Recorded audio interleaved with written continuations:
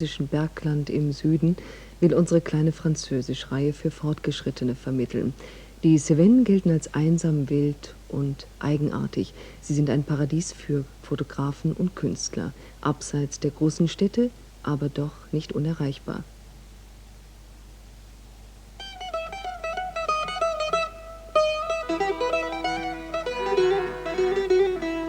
Le Languedoc, dans le sud de la France, est un pays de contrastes. C'est une bien vieille terre dans laquelle on peut découvrir de nombreux sites historiques. Aigues-Mortes appartient à ces sites et mérite les étoiles que lui décernent les guides touristiques.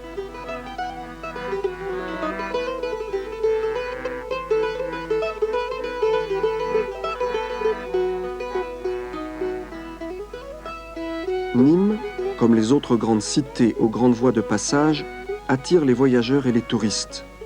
Ils y trouvent suffisamment d'intérêt pour s'y attarder et n'ont donc plus le temps de visiter l'autre partie du Languedoc, au nord de la zone littorale de la Méditerranée, c'est-à-dire les montagnes des Cévennes, où nous entreprenons de vous conduire maintenant.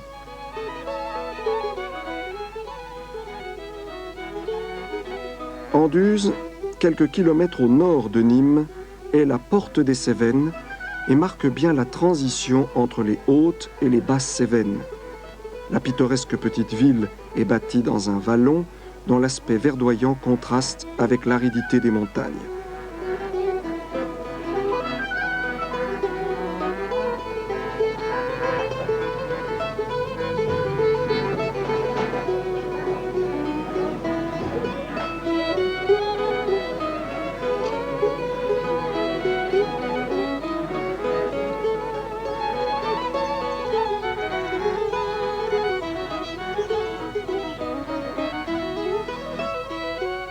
Uzès, le pont du Gard n'est pas loin, vaut le détour.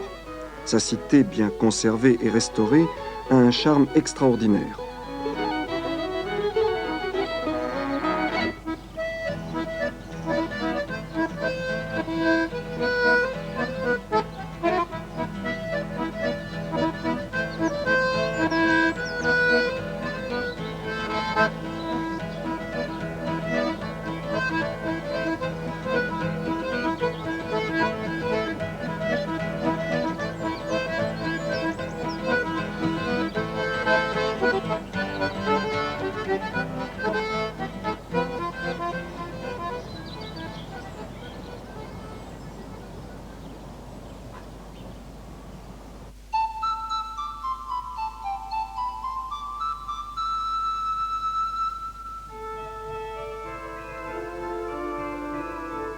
Le balcon du Midi, c'est le sommet du Mont Aigoual. De là, par temps clair, on peut apercevoir les Pyrénées. C'est un monde à part. Ces montagnes granitiques d'altitude moyenne ne se laissent que difficilement pénétrer, même en voiture. On ressent physiquement l'impression d'un monde secret. Les Cévennes sont rudes, solitaires, fouettées par les vents. C'est un pays de bergers et de troupeaux de moutons. Au XIVe et XVe siècle, les Cévennes étaient le théâtre sacré où les protestants avaient résisté aux persécutions militaires des armées du roi de France pendant les guerres de religion. Ces événements historiques ont influencé la vie sociale, religieuse et politique jusqu'à nos jours. Cette histoire semble vivante. Les Camisards se sont réfugiés dans ces grottes et ils y ont pratiqué leur culte. Ils appelaient leur église « Église du désert ». Elle survivait dans ces montagnes farouches et sauvages. Désert. C'était le rude pays où ils se sentaient comme les Israélites dans les déserts bibliques. Le désert, c'est la région vraiment montagneuse, balayée par des pluies torrentielles, glaciales en hiver, torrides en été. Jadis, les hommes avaient rasé les forêts pour faire place aux cultures et aux moutons. Mais l'agriculture n'était pas assez rentable pour apporter un revenu décent face à l'agriculture mécanisée et intensive des plaines. L'évolution démographique est à la fois signe de déclin et facteur d'aggravation. On dit que ce pays dépeuplé et mourant se serait vidé de ses forces vives parce que les hommes ne trouvaient plus sa terre suffisamment généreuse. L'exode des Cévenols vers les centres industriels Les Cévennes ont perdu plus de la moitié de leur population depuis 100 ans et dans les régions élevées, plus des 2/3. La densité des Cévennes rurales atteint à peine 10 habitants au kilomètre carré.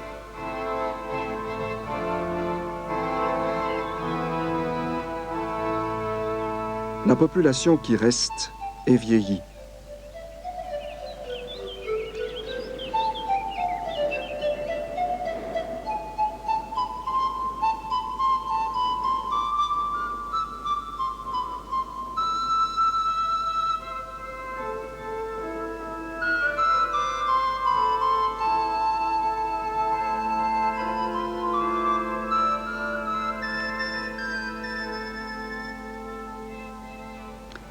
Sur ces terrasses qu'on appelle faïs, on cultivait autrefois les mûriers. On en avait besoin pour l'élevage du ver à soie, l'or, c'est-à-dire la richesse du pays. Le mûrier, l'arbre d'or, tapissait le fond de toutes les vallées cévenoles. Dans chaque maison furent aménagées des pièces pour élever les vers à soie qui mangeaient les feuilles fraîches de mûrier. La maladie du ver à soie, une véritable catastrophe pour la région, ainsi que la concurrence venue du Japon, déjà, ont eu raison de cette industrie. Les dernières filatures ont fermé en 1965. Mais on recommence.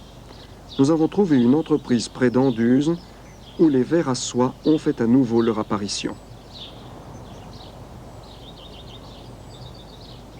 Donc le ver fait 4 mues, et à chaque mue, le ver s'arrête de manger et perd sa peau, c'est-à-dire le ver s'attache sa peau avec des fils de soie, ouais. Et il ne mange pas pendant un jour, et au bout d'un jour, sort de sa peau, en quelque sorte. D'accord, 4 fois. Donc il fait ça 4 fois, et la 5e mue, c'est la chrysalide. C'est-à-dire que bon, le ver commence à tisser son cocon, une fois qu'il a fini de tisser son cocon, se transforme en chrysalide.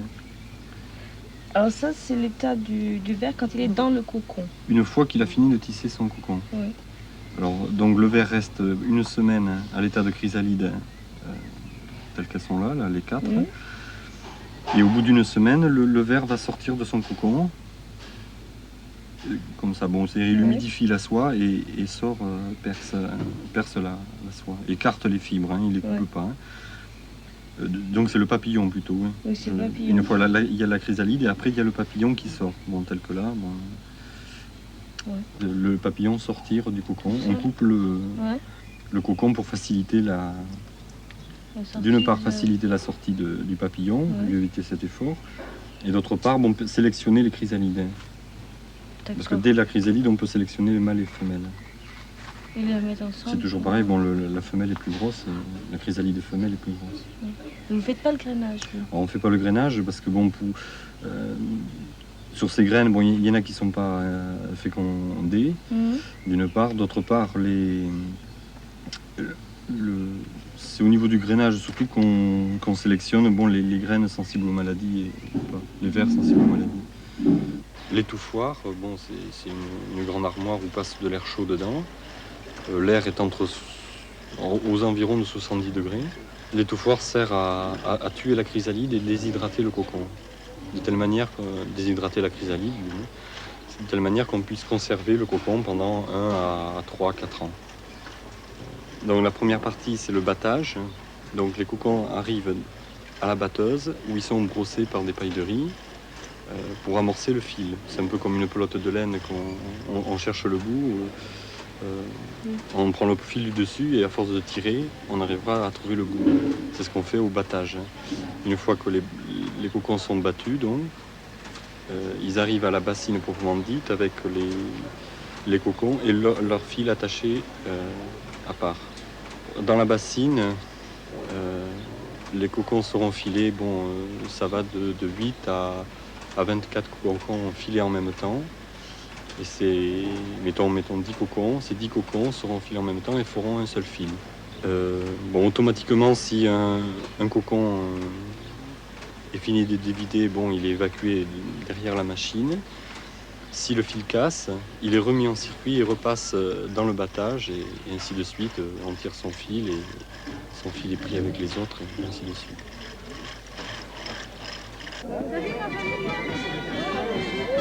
Voilà.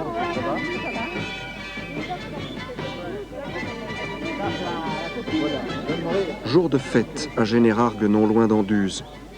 Les noces d'un jeune couple dans le temple de l'église réformée locale est un grand événement parce qu'ils sont des enfants de cette commune et parce qu'ils ouvrent ainsi des perspectives pour l'avenir de cette région.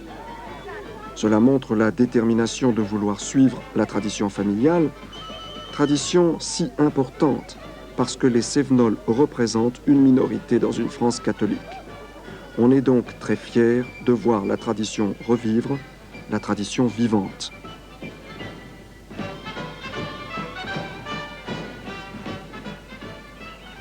Mas-Soubeyran, avec sa maison de Roland et le musée du désert, est un autre haut lieu protestant.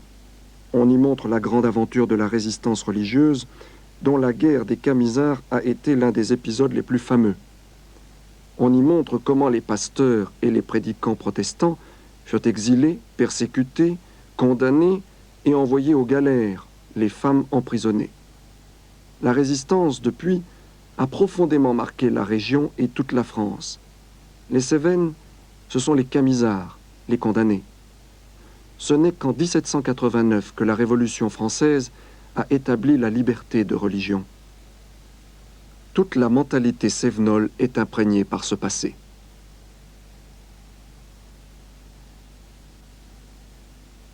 Au niveau de ce caractère, eh bien, il y a cette spiritualité très profonde et très marquée qui fait que, par exemple, au 19e siècle, dans les usines de filature où on dévide les cocons, ou avec les cocons des vers à soie, on va faire des fils de soie, et qui sont donc ces femmes alignées dans les filatures, 50, 60 femmes qui travaillent là, et qui, pour égayer leur journée, chantent.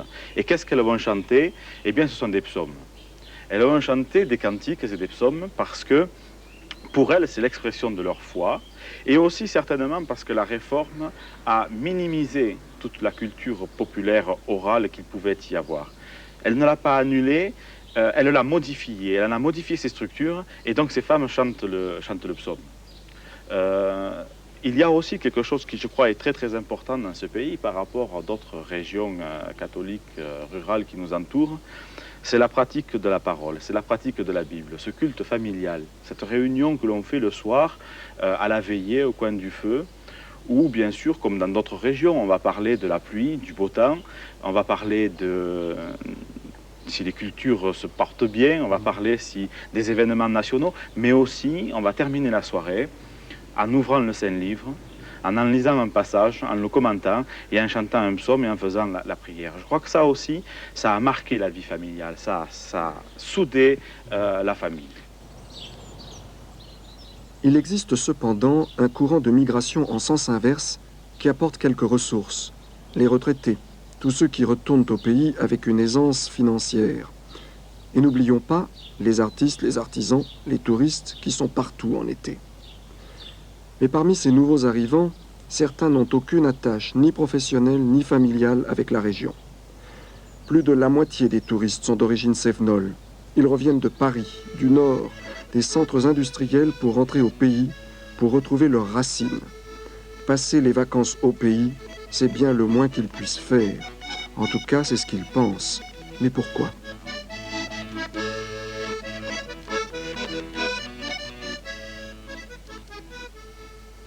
Alors, en général, quand les jeunes quittent le pays, ils gardent les racines au pays. Ils ne partent pas avec leurs racines. Ils les laissent ici. Et quand ils reviennent, ils essaient de retrouver leurs racines.